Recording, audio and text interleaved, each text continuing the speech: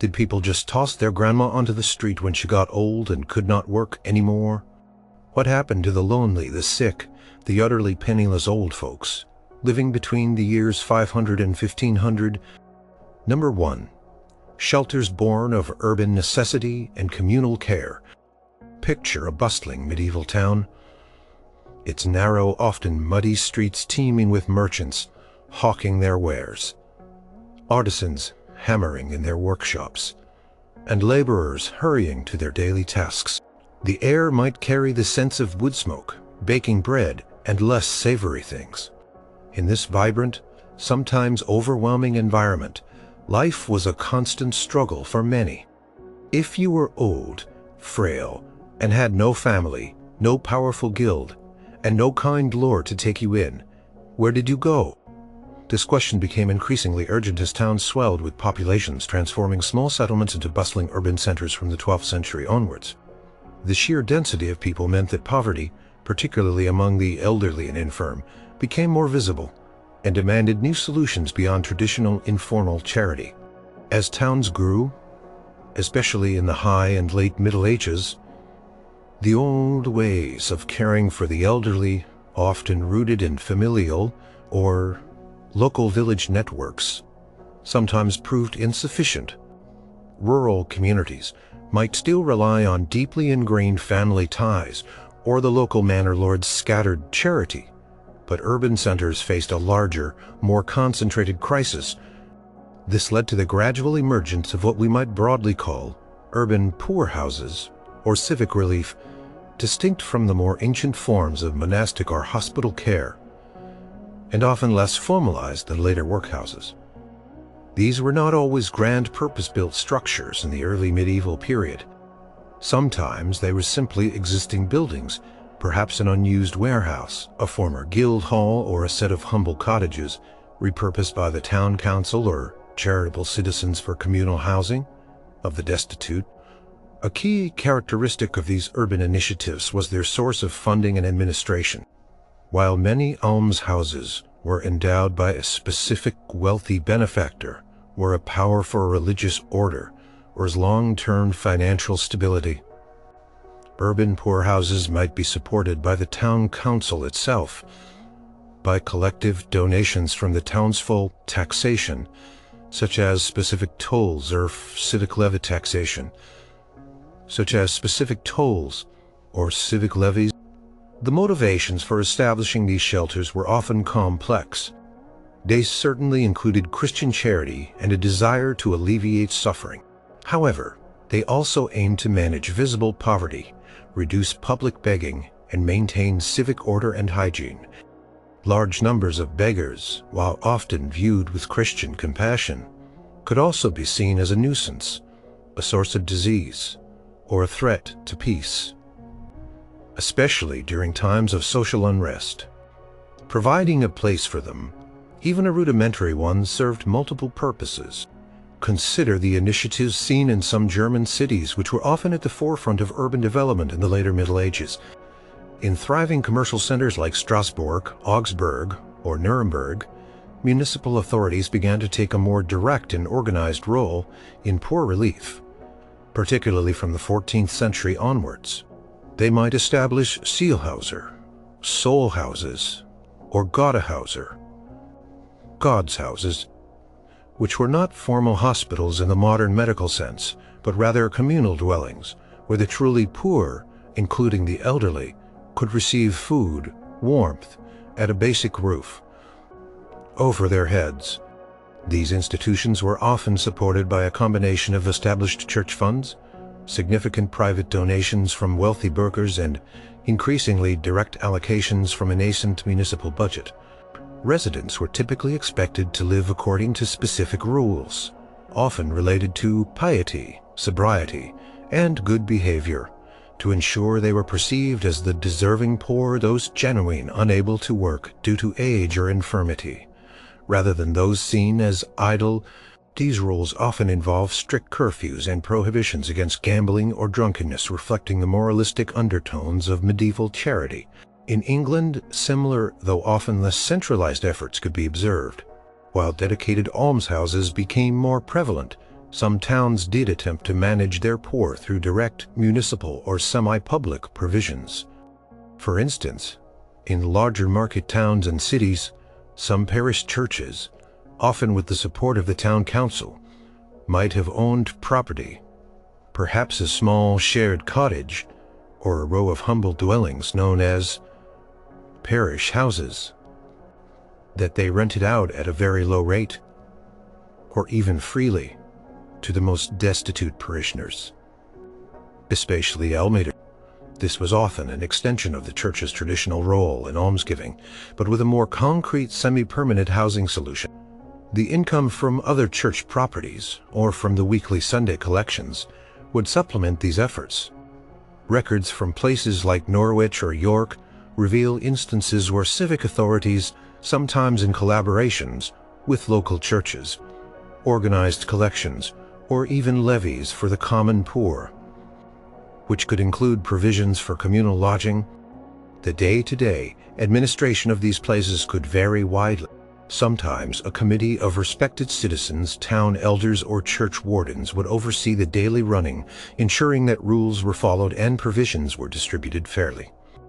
The rules could be quite strict, reflecting the medieval emphasis on order and moral conduct. Residents might be expected to attend church regularly, refrain from public begging, which was often forbidden for institutionalized poor, avoid quarrels and drunkenness, and maintain a certain level of cleanliness. Failure to comply with these regulations could lead to expulsion, which for the destitute elderly was an absolutely terrifying prospect, often meaning a return to the streets and potential starvation. The aim was not just to provide physical shelter, but also to instill moral discipline and maintain a controlled, pious community. These urban shelters were often more rudimentary than the grander, more endowed almshouses. They might consist of a large common dormitory where many elderly individuals slept together, or perhaps small shared rooms with minimal privacy. Sanitation was basic, typically involving communal privies and simple washing facilities. Comfort was minimal. Straw mattresses, rough blankets, and perhaps a communal hearth for warmth. The focus was strictly on providing the bare essentials: protection from the elements, a basic bed, and enough food to prevent starvation. Yet for an elderly person facing the brutal realities of exposure, freezing temperatures, and chronic hunger, even these humble provisions represented an invaluable lifeline. It was a refuge where one might not freeze to death on a bitter winter night, a place to rest a weary body, and a source of basic, if monotonous, sustenance. Sometimes these communal houses were linked to specific trades or civic functions, anticipating later forms of social welfare. A town might establish a small house for old mariners, disabled soldiers returning from conflict, or impoverished former municipal servants. These were often precursors to the more specialized charitable foundations that would become more common in the early modern period. The very existence of such places, however simple or informal, speaks volumes about the evolving social structures in medieval towns and the growing recognition that poverty, especially among the elderly who had outlived their economic utility, was a communal problem. It marked a shift from purely individual charity to a nascent sense of civic responsibility. Evidence for these municipal or semi-public shelters often comes from fragmented town records, civic ordinances, wills of wealthy citizens, and charitable endowments. A will might specify a donation to the poor house of the town, or for the upkeep of the common lodging for the poor of this parish, offering tantalizing glimpses into their existence and operation. These documents, though often dry and bureaucratic, offer glimpses into the motivations of donors who frequently sought spiritual merit through their good works in the daily lives of the residents, who lived under the watchful eye of their civic or ecclesiastical administrators. For example, records from the city of Florence in the 14th and 15th centuries show various ospedali or spidali hospitals that, while primarily for the sick, also took in the aged poor, often supported by public funds or citizens' donations. Likewise, the will of a wealthy London merchant named Thomas Falconer in 1429 left money for the poor of London some of which would likely have supported similar general urban poor relief efforts, possibly including small-scale housing initiatives beyond the more famous specific almshouses. The individuals who ended up in these places were often at the very bottom of the social ladder, having exhausted all other avenues of support. They might be elderly widows with no surviving children, laborers too old and infirm to find any form of work, or simply those who had fallen through every other potential safety net. Their personal stories are often lost to the mists of history, swallowed by the sheer anonymity of collective poverty. However, the existence of these urban institutions, however imperfect or austere, offers a sliver of hope in an otherwise bleak landscape of medieval destitution. It demonstrates that, even in an age often characterized by stark social hierarchies and intense individual struggle, there were attempts, however nascent and localized, to address the profound vulnerability of the elderly poor within the growing urban environment. These shelters, born out of communal necessity, represent a crucial, if often overlooked, chapter in the history of medieval social welfare, hinting at the collective responsibility that communities began to accept for their most vulnerable members. Number 2. The last resort of the kinless. Finding refuge in the parish church. Imagine you are an old woman, your hands gnarled and stiff from decades of grueling farm labor or endless spinning. Your eyesight is dim, your hearing failing, and your body is racked with aches and pains from a lifetime of relentless toil. Your husband is long dead, perhaps carried away by a plague or a sudden illness. Your children, if you had any, might have perished in an epidemic or moved far away to seek their fortunes in a distant town, never to return. You own no land, have no property to sell, and no family to take you in. The chilling wind of utter destitution bites at your very bones. Where do you turn in a world that offers no social security, no state pensions, and no public safety nets? For countless impoverished elderly people in the Middle Ages, the local parish church, with its towering steeple and ringing bells, often became their absolute last desperate hope. The parish church was far more than just a place of worship in medieval society. It stood as the undisputed heart of the community, a focal point for spiritual life, but also for social gatherings, local governance, legal matters, and, crucially, a primary hub for poor relief. From the earliest centuries of Christianity, charity, the giving of alms to the needy, was considered a fundamental and non-negotiable virtue. The biblical injunctions to care for the poor, the widow and the orphan were taken seriously, at least in principle, by the clergy and devout lay people alike. Every Sunday, and on major feast days, collections were taken during Mass, and a significant portion of these funds, along with special endowments from wealthy parishioners, wills, was specifically designated by the church wardens for the relief of the poor within that particular parish. This charity, primarily known as almsgiving, often took the form of outdoor relief. This meant that money, food, such as bread, ale, or occasionally a piece of meat, or sometimes clothing, was distributed to the poor directly, allowing them to remain in their own homes or find temporary lodging. An old woman or man might join a small queue outside the church door on certain days, hoping to receive a few pennies, a fresh loaf of bread, or a warm cloak from the priest or the church wardens. This form of daily or weekly provision was absolutely vital for day-to-day survival, allowing many elderly people to cling to their independence in their own, often dilapidated homes, or at least to purchase a night's lodging in a common inn or a shared room.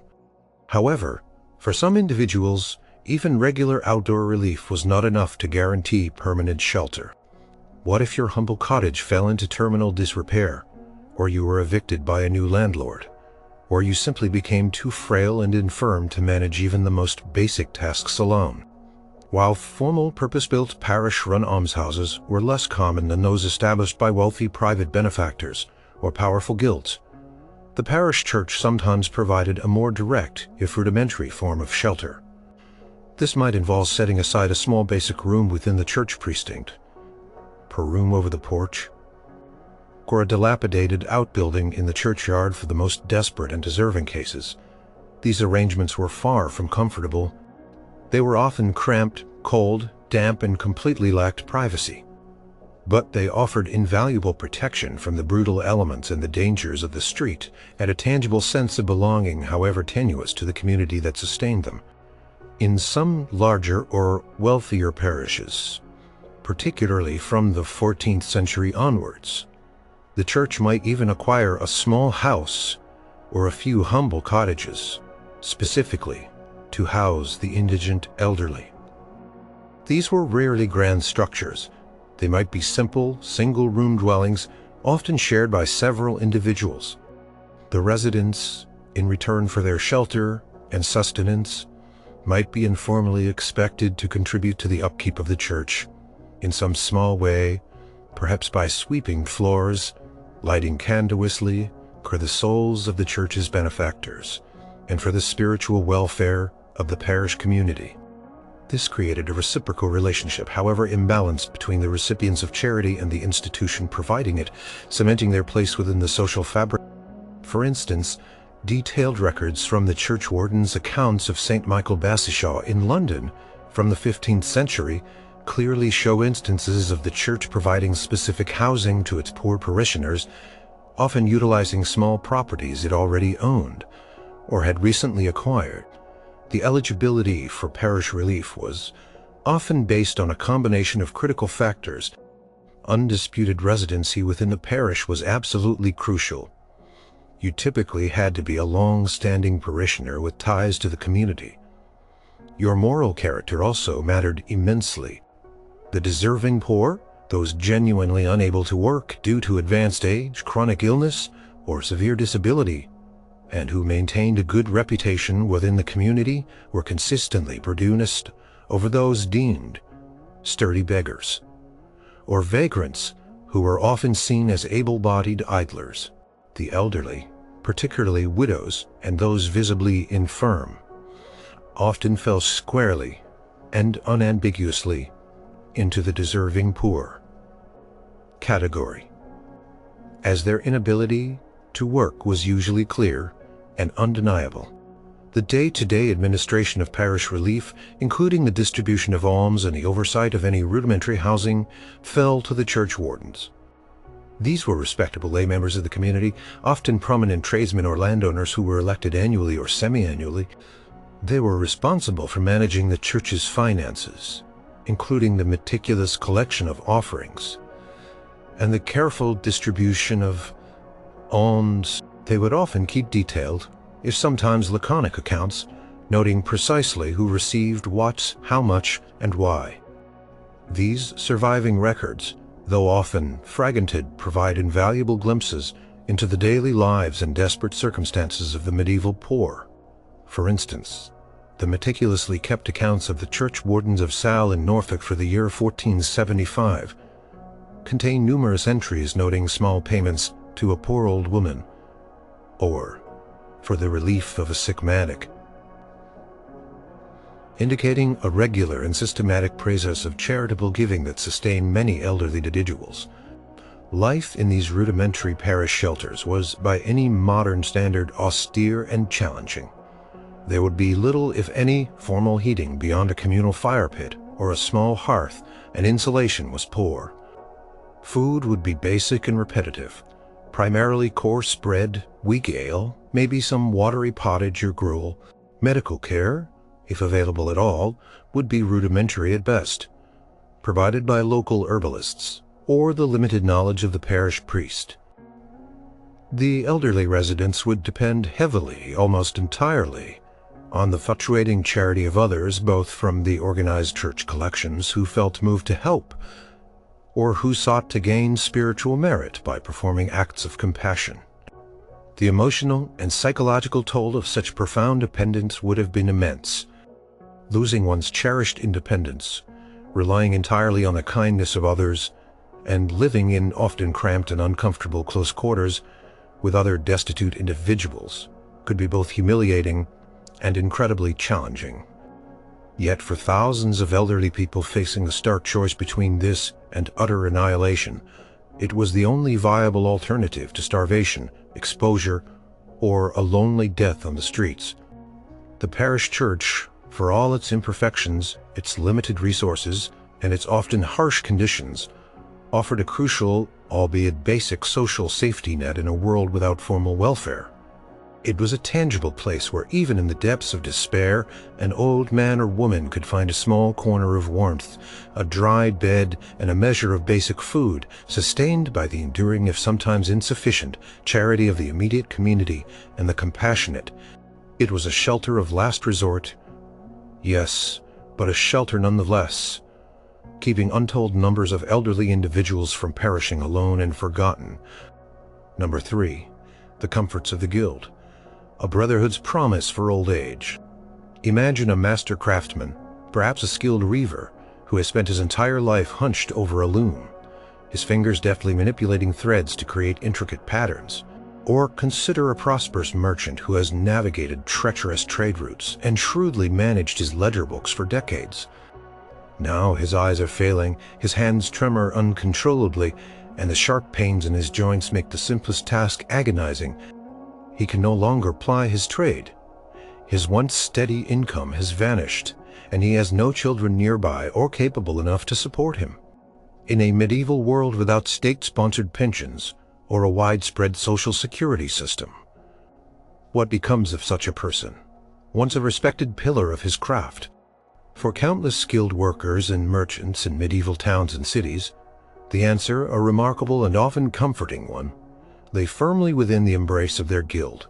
Guilds, also known as fraternities or confraternities, were powerful, influential, and ubiquitous organizations in the Middle Ages, especially gaining prominence from the 11th century onwards and flourishing through the 15th. They were associations of people working in the same trade, like bakers, goldsmiths, tailors, or carpenters, or sharing a common religious devotion, while their primary functions revolved around regulating trade, maintaining quality standards for their product matters. They also played a profoundly crucial, though often overlooked, role as social welfare providers for their members, particularly in times of illness, disability, and most importantly, the profound vulnerability of old age. Becoming a full member of a guild was not a casual affair. It involved a rigorous apprenticeship, often a substantial initiation fee, and regular mandatory contributions to the guild's common fund. In return, members gained a host of economic privileges, protection from unfair competition, and a deep sense of community and belonging. Crucially, a significant portion of these regular contributions, along with generous endowments from wealthy members' wills and special collections, was meticulously set aside for a common fund, dedicated to mutual aid. This fund served as a vital safety net, protecting members and their families from various misfortunes, including unexpected illness, debilitating disability, and the inevitable decline that came with advanced age. One of the most significant and sought-after forms of support for the elderly within a guild was the provision of a pension or a regular allowance. When a master craftsman or merchant became too old, too infirm, or too sick to work and support himself, he could formally apply to the guild for financial aid. The guild's governing body, after reviewing his case and confirming his past contributions and current need, would then provide a regular payment. This payment was often a modest sum, but it was usually enough to cover basic living expenses like food, fuel for warmth, and perhaps rent for a humble dwelling.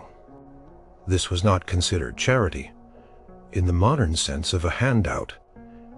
It was a right earned through years of dedicated membership, loyalty, and consistent financial contribution.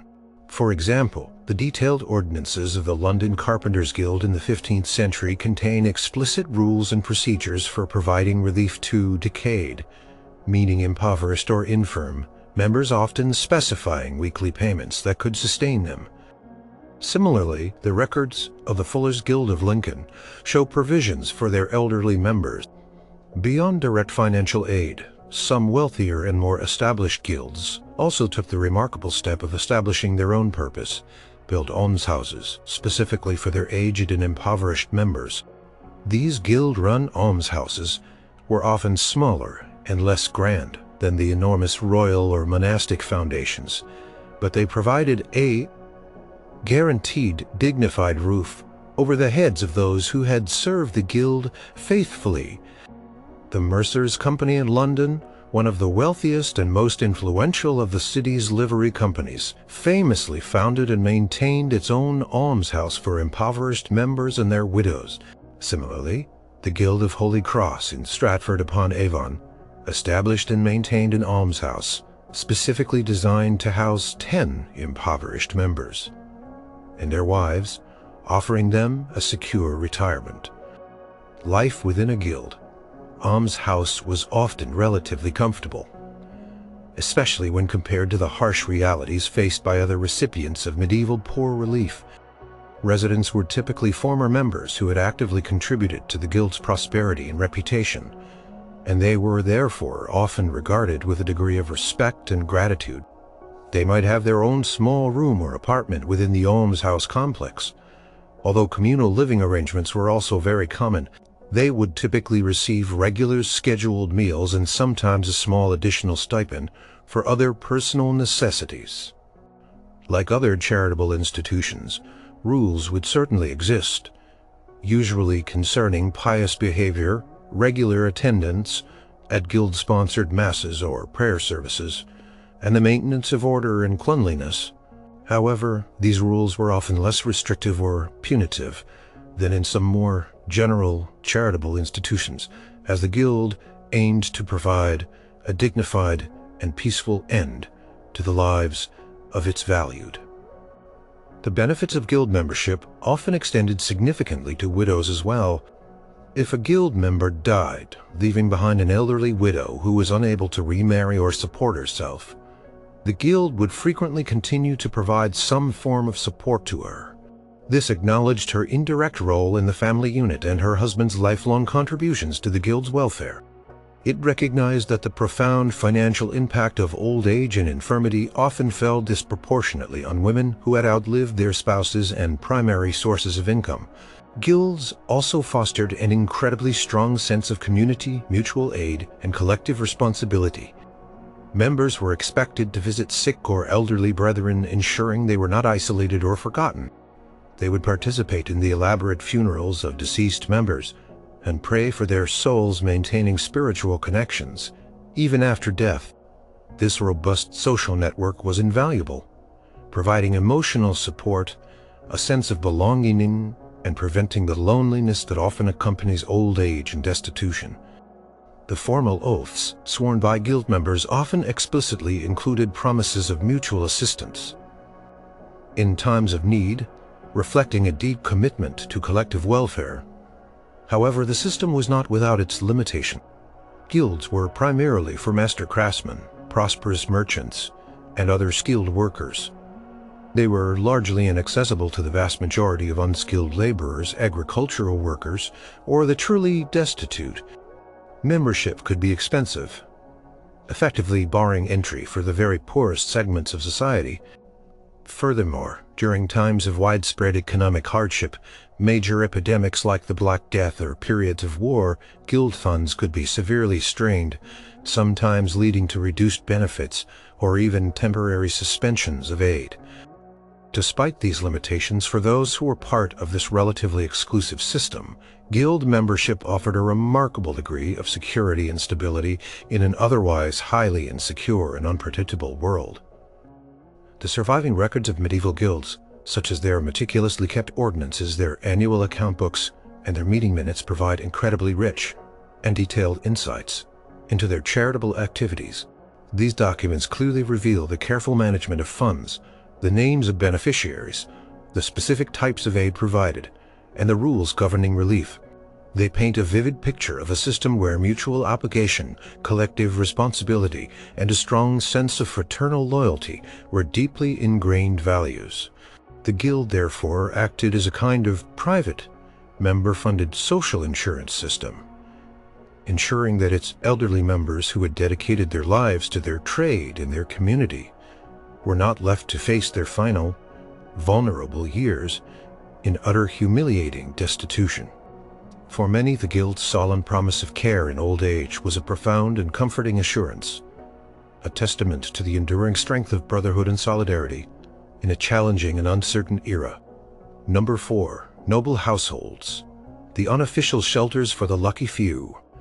Picture a grand medieval castle, its formidable stone walls rising majestically against the sky, or a sprawling manor house nestled comfortably within its cultivated lands. Inside, a complex ecosystem of life churns with ceaseless activity. Knights clank through the drafty halls.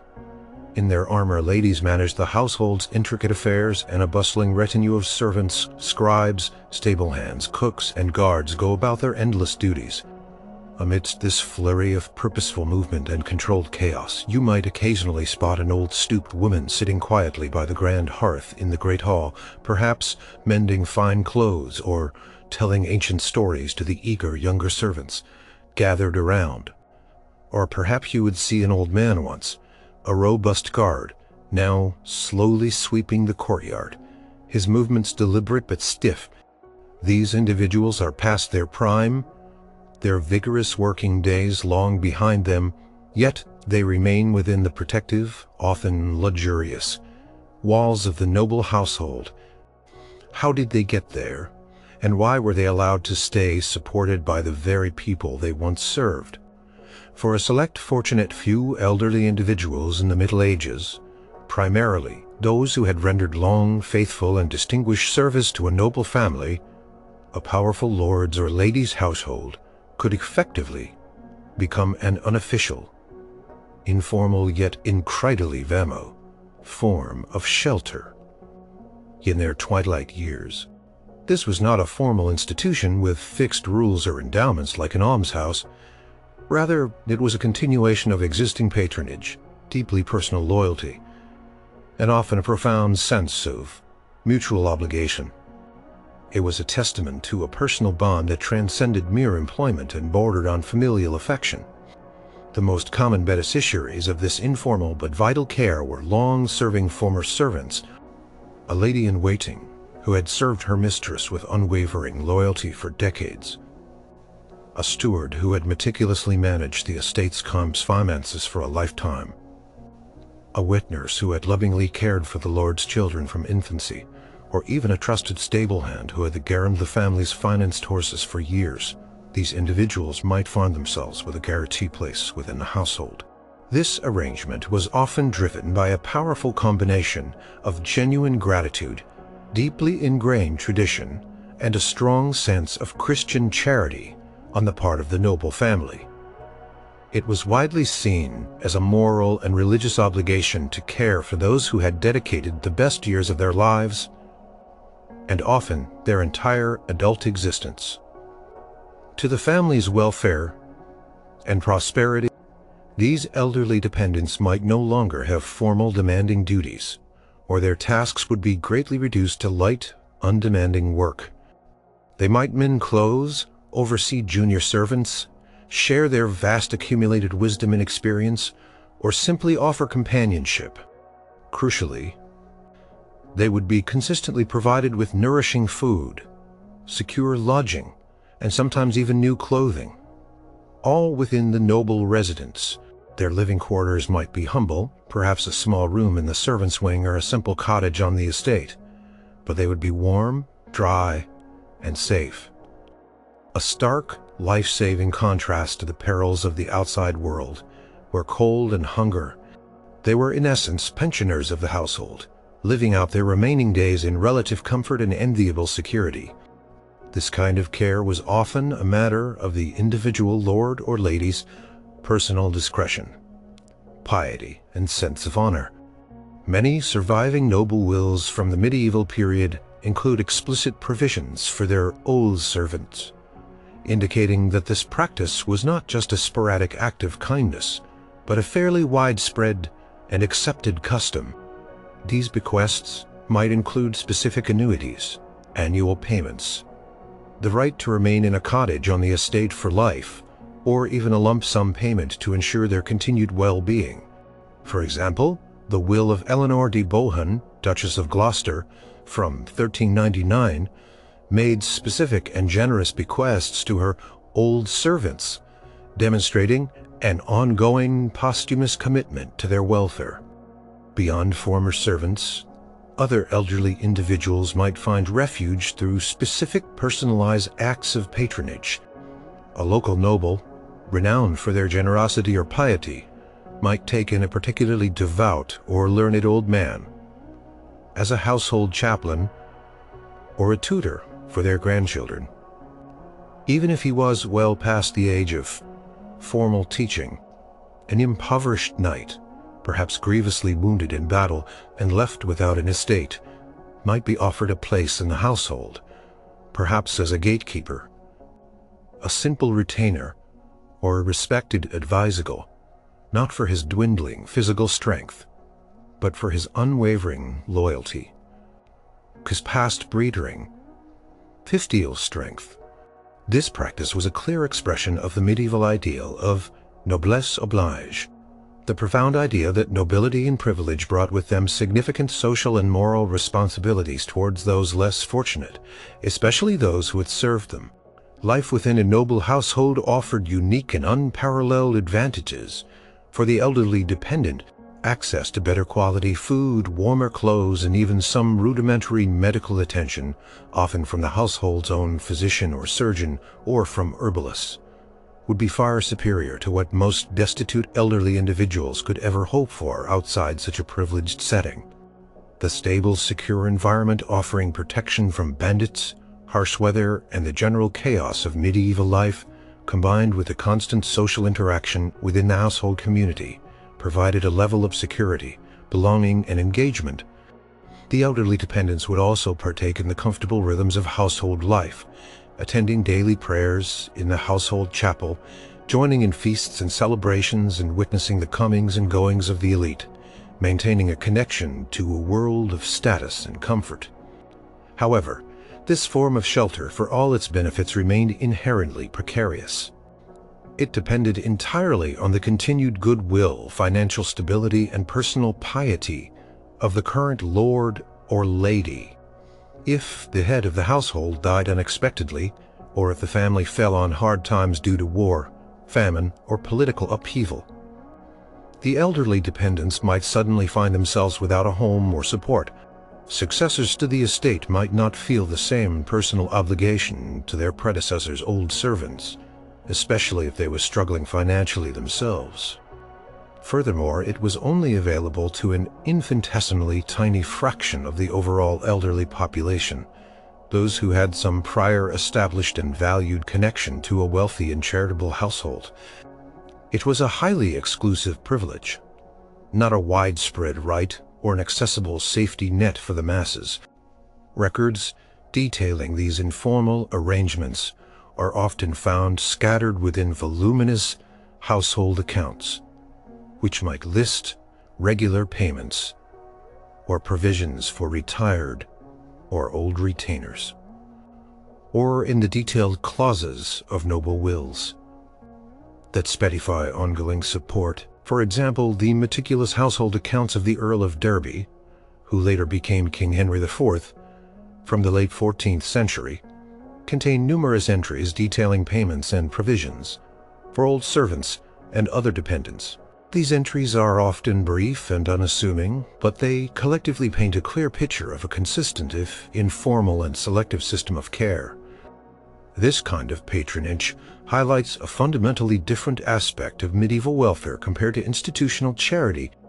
It wasn't about large-scale formalized solutions, but about deep-seated personal relationships, long-standing loyalty, and the inherent obligations of power and status.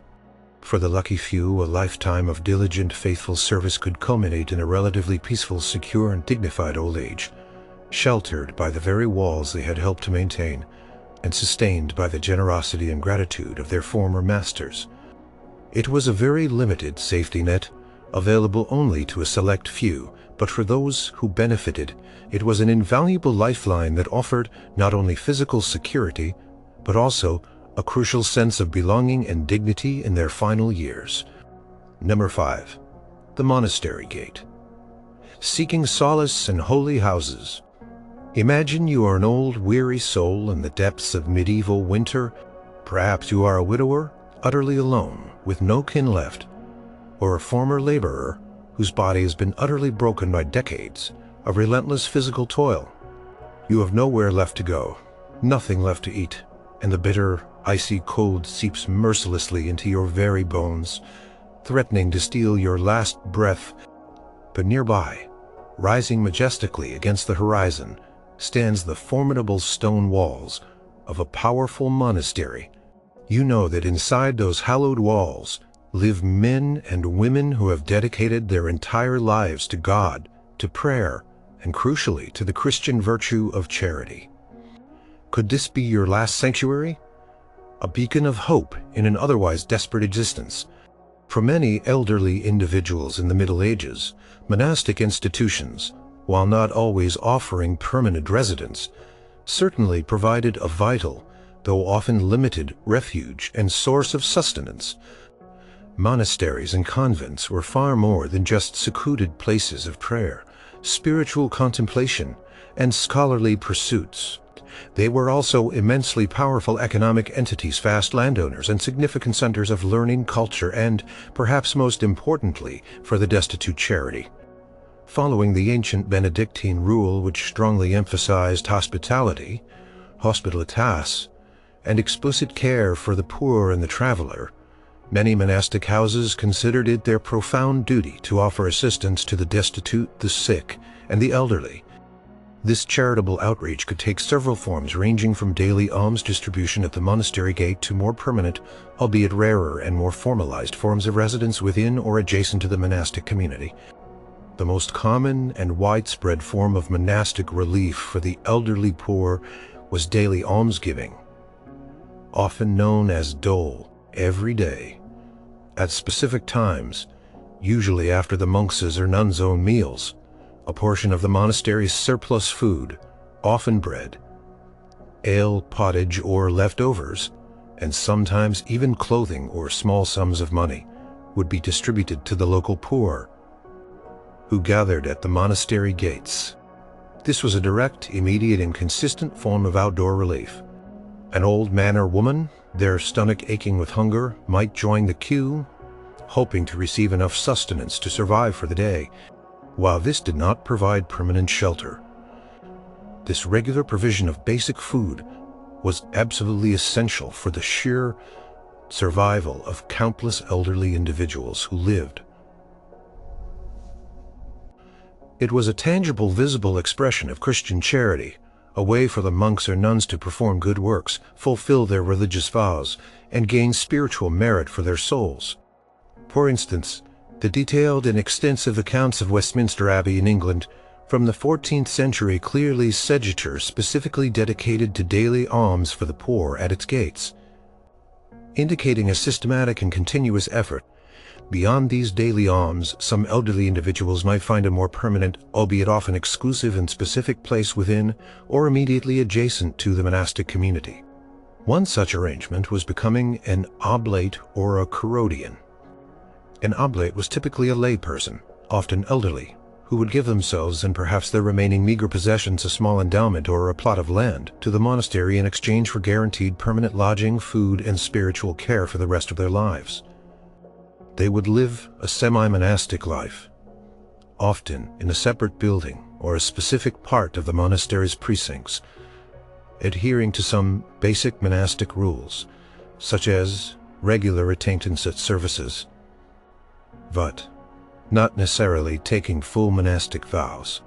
They might be expected to perform light duties, such as ringing bells, assisting in the monastic infirmary, acting as gatekeepers, or, most importantly, praying continuously for the monastic community and its benefactors, thereby contributing spiritually to the house.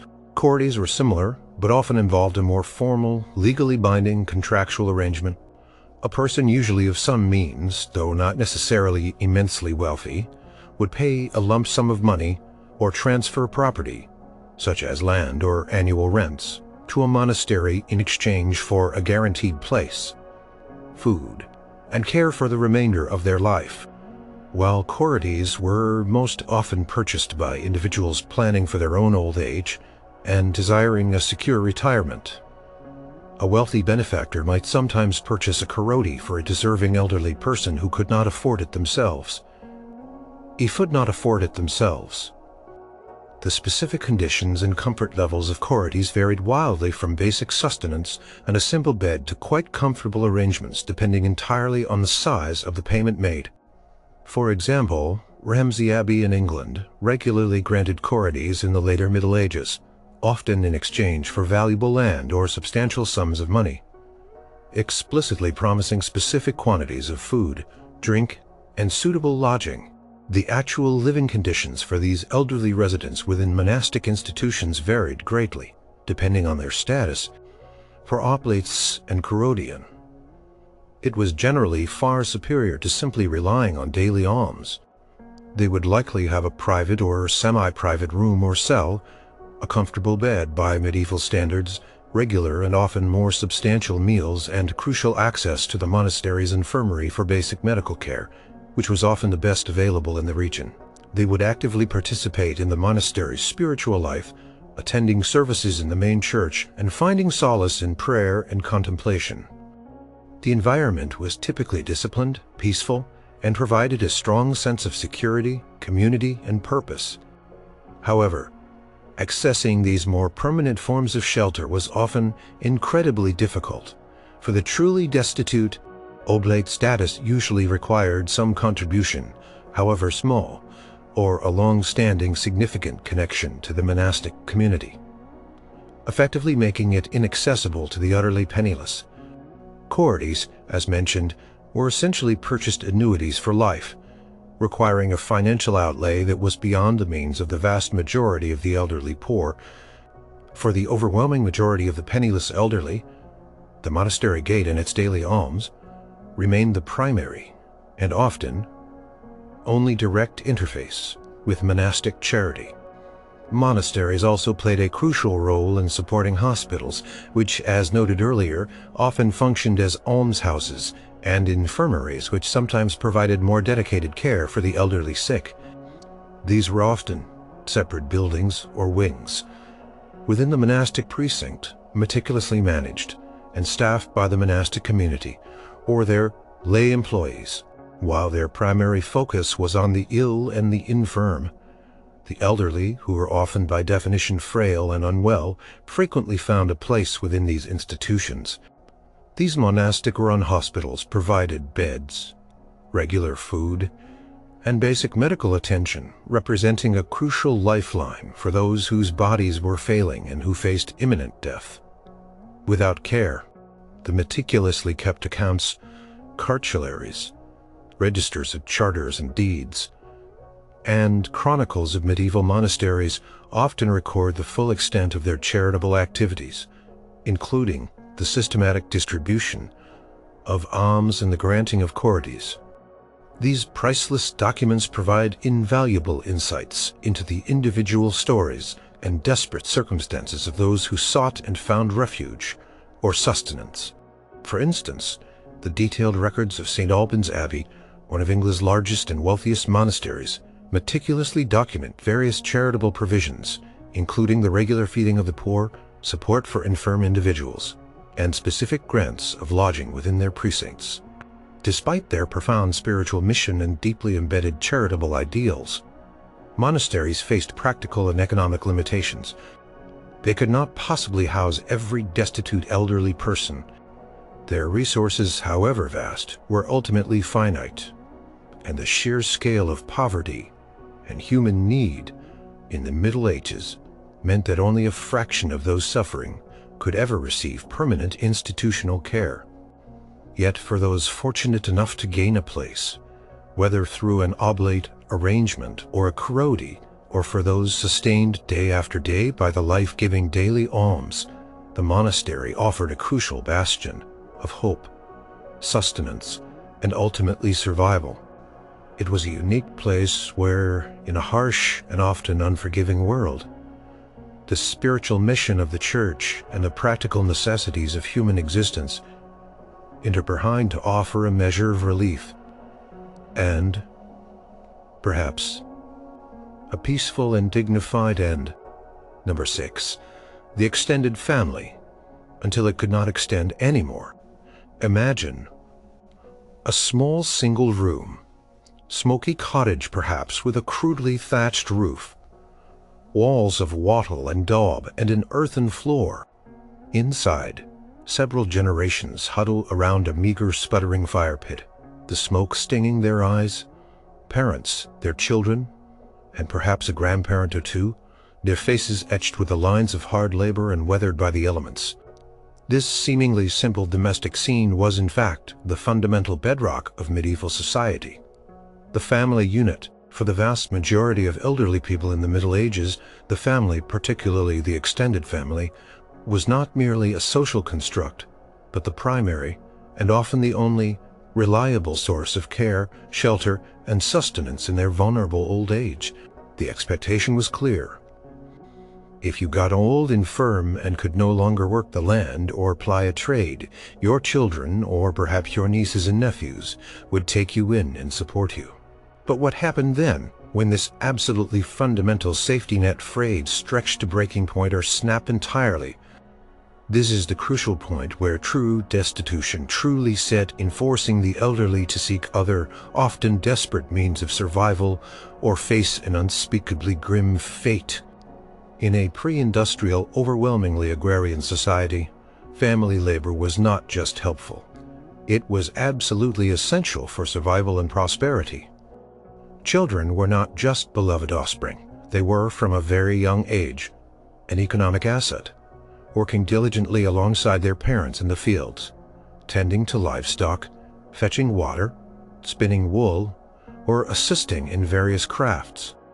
As parents aged, they would gradually cede the most physically demanding labor to their robust children. However, they would often retain legal control of the family land, the farm, or the workshop, and continue to offer invaluable wisdom, experience, and guidance derived from a lifetime of practical knowledge.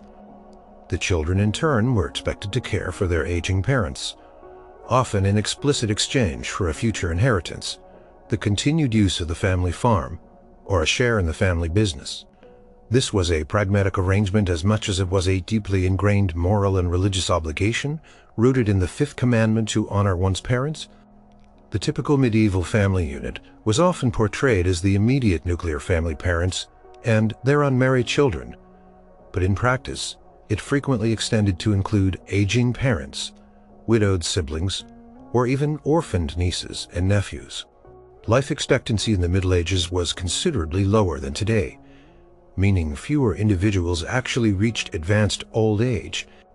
However, those who did often found themselves in a state of profound dependence. For example, a common type of legal document from 13th and 14th century England and France, known as a maintenance agreement, or pactum de se sustentando, would stipulate that a son or daughter, upon receiving their parents' land or property, must provide their parents with a specific amount of grain annually, a dwelling, often a designated room within the family home, fuel for warmth, and sometimes even a certain number of eggs, cruderimator. These agreements were legally binding contracts, meticulously recorded, designed to ensure the elderly parent had a secure, dignified retirement. However, this deeply ingrained and seemingly robust ideal scenario frequently broke down, often with catastrophic consequences for the elderly. Several unpredictable and devastating factors could shatter this fragile family safety net. Death of children, plagues, famines, endemic diseases, and various other forms of sudden death were constant, terrifying threats in the medieval world. If an elderly person tragically outlived all their children, they would be left without direct heirs or immediate family members to care for them. This was an absolutely terrifying and increasingly common prospect, particularly after devastating events like the Black Death in the mid-14th century, which decimated populations, leaving many elderly bereft. Poverty of children. Even if children survived and were willing, they might simply be too poor themselves to support an additional mouth. A bad harvest, a sudden debilitating illness, A crushing debt or a localized economic downturn could push an entire family to the brink of starvation, leaving no room, food, or resources for an elderly parent, however beloved. Lack of property or inheritance. If an elderly person had no land, no valuable skills, or no significant property to pass on as an inheritance, their children might have less material incentive or simply less practical capacity to care for them.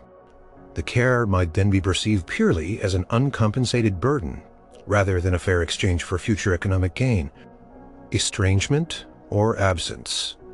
Children might migrate to distant towns or regions for work, or family relationships could sour due to disputes over inheritance, marriage, or personal conflicts. Leaving an elderly person isolated and without recourse. While less common than death or poverty, such situations were profoundly painful. Unmarried or childless. Those individuals who never married, or who remain childless, whether by choice or circumstance, such as entering religious orders, without family provision, faced an even greater challenge.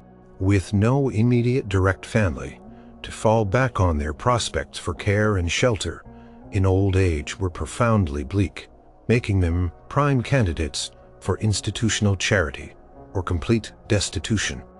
When the family system failed, the immediate consequences for the elderly were dire and often fatal. They faced homelessness, chronic starvation, and severe exposure to the brutal elements. They might be forced to join the desperate ranks of wandering beggars, relying on sporadic handouts from strangers, or attempting to find work they were simply too frail to perform. This was precisely the point where the more formalized institutions discussed in other sections of this article became absolutely. The almshouse, the guild, the parish, or the monastery. But for many, these were either too few, too far away, already full, or simply out of reach, due to strict eligibility requirements. The vast majority of the poor, who did not secure institutional shelter, continued to rely on informal, sporadic charity, or, tragically, succumbed to the harsh realities of medieval life. Evidence for the breakdown of family support often comes indirectly from surviving medieval court records detailing bitter disputes over inheritance or the failure to uphold maintenance agreements. These documents reveal the raw conflicts and broken promises that underscore the fragility of family obligations. Similarly, church or municipal records of poor relief frequently list individuals who were explicitly described as alone, kinless, or having no support, clearly indicating the absence of familial care. For instance, a man might initiate a lawsuit against his son for failing to provide the agreed-upon grain or lodging, vividly illustrating a conflict over filial duty and broken contracts. Or the meticulous accounts of a local parish might note an old woman receiving regular alms because she hath no children to care for her. The profound importance of landed property in guaranteeing old age support cannot be overstated. A parent might formally transfer ownership of their land to a child during their lifetime, but crucially retain a life interest, or usufruct, allowing them to continue living on the land, receiving its produce or income, and dictating how it was managed for the rest of their days. If an elderly person possessed no land, no valuable tools, or no tradable skills, their bargaining position with their children or potential caregivers was significantly weaker, making them far more vulnerable. Despite the economic realities, the cultural and moral expectations regarding filial piety were incredibly strong. To abandon an elderly parent was considered a grave sin, a profound breach of sacred duty, and a severe social disgrace that could earn widespread condemnation. However, as medieval society progressed and faced increasing economic pressures, the harsh realities of survival often tragically trumped these moral imperatives. A family facing its own starvation, or struggling to simply put food on their own table, could not, realistically, take on an additional burden, however deeply beloved that parent or relative might be. It is absolutely crucial to understand that, for the overwhelming majority of the Destitute, very often meant that the primary, most fundamental, and almost universal support system, the extended family, had somehow failed them. All the other types of institutional or informal shelter discussed in this article were in essence secondary or tertiary safety nets designed to catch those who had fallen through this initial, most vital, and deeply personal familial net. Their scarcity, the often austere conditions within them, and the strict eligibility requirements highlight just how devastating it was when the family, in its interdependent and all-encompassing form, could no longer extend its vital protection. This grim reality underscored the profound vulnerability of the elderly in a world where personal connections and familial bonds were quite literally a matter of life or death. Number 7. The almshouse. A haven of charity and contemplation. Imagine you are an elderly person in the Middle Ages, your body painfully worn by decades of relentless toil in the fields or arduous labor. In a workshop, your family is gone, swallowed by plague or distant opportunities, and your meager savings have long since dwindled to nothing. You face a terrifying, bone-chilling prospect: utter destitution, gnawing hunger, and merciless exposure to the brutal elements of winter. But then, a faint rumor reaches your ears, a whisper of a remarkable place, a haven established by the pious and the wealthy, where the old, the infirm, and the truly poor might find a refuge, a roof over their heads, and a modicum of peace. This place was the almshouse, a cornerstone of medieval charity, offering not just physical shelter, but also profound spiritual solace, and a structured community for those facing their twilight years. Alone and without means, almshouses, often confusingly referred to as hospitals in the medieval sense, from the Latin hospice, meaning guest, referring to hospitality rather than solely medical care, were purpose-built or specifically designated institutions founded by a diverse array of benefactors. These included powerful individual nobles, wealthy merchants, influential guilds, religious orders, bishops, or even royalty. Their explicit purpose was to house and care for the poor, the sick, and very frequently the elderly who could no longer support themselves. These remarkable charitable foundations emerged as significant social institutions from the 11th and 12th centuries, a march growing steadily in number, size, and sophistication Europe.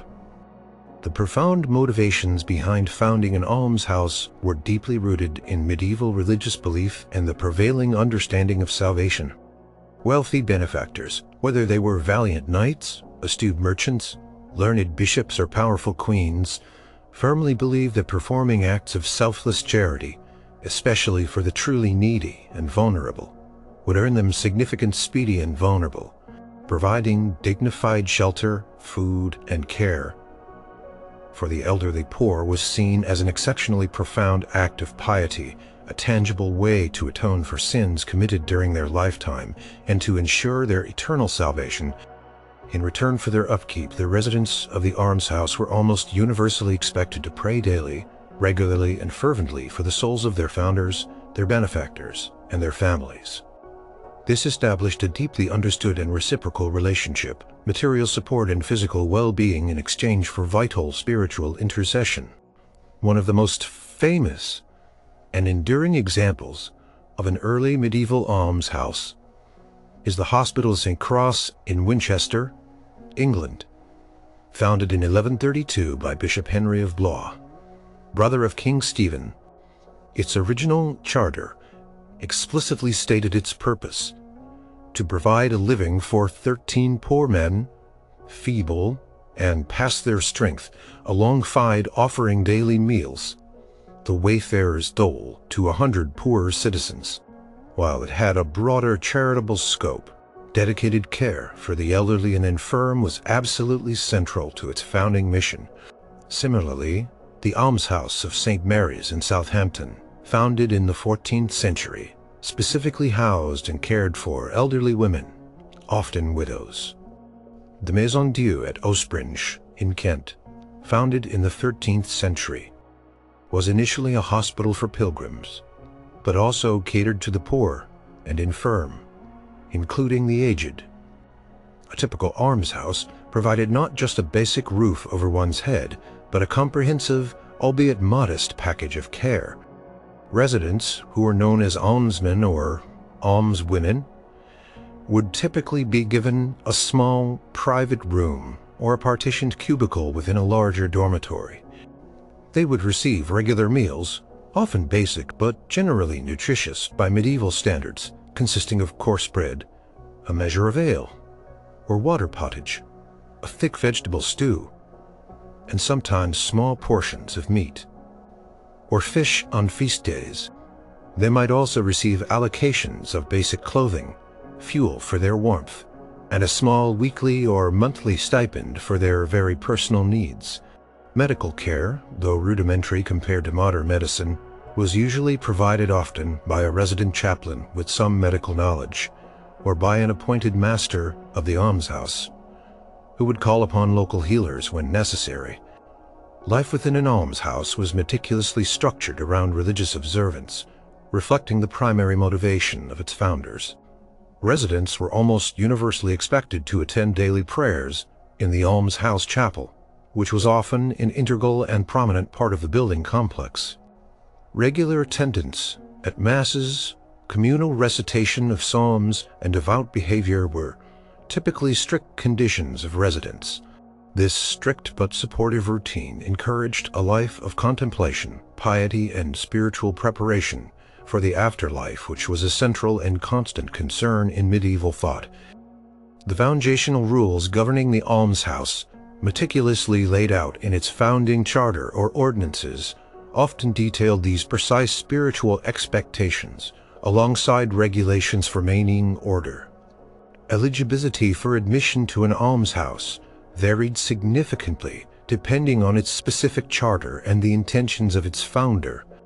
Some almshouses were open to the poor generally, while others were highly specialized, catering specifically for the elderly or those of a particular trade, or even those from a specific geographical area or gender.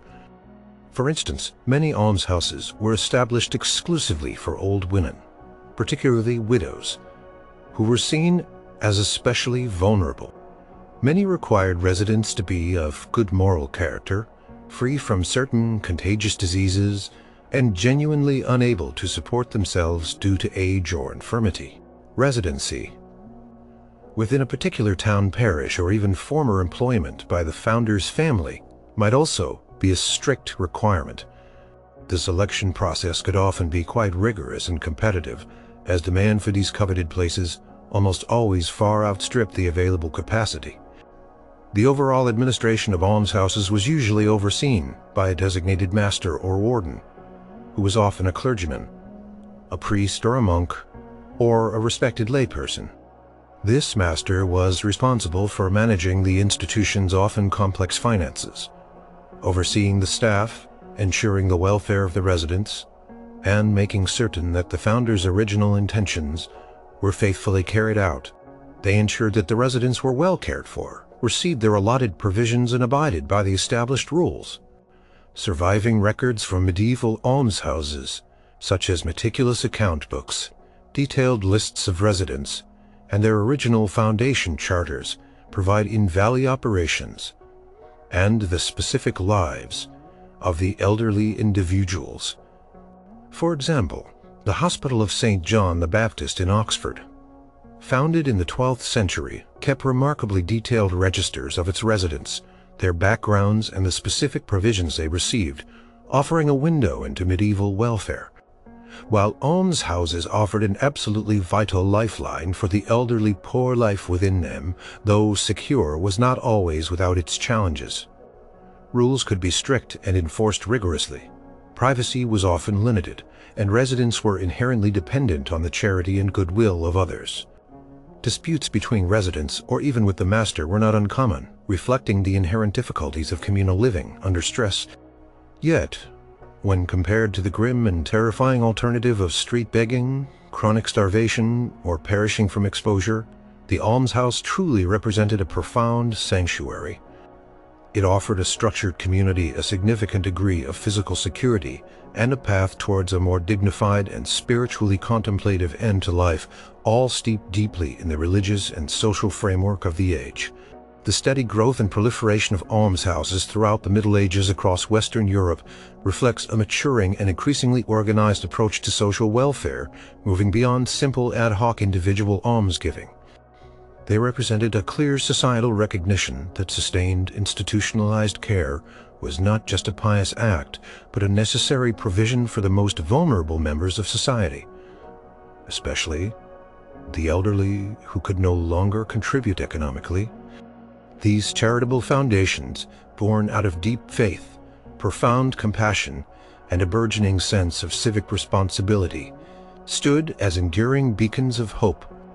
They ensured that at least some significant portion of the destitute elderly could face their final years with a measure of peace, security, and, crucially, a warm, dry roof over their weary heads.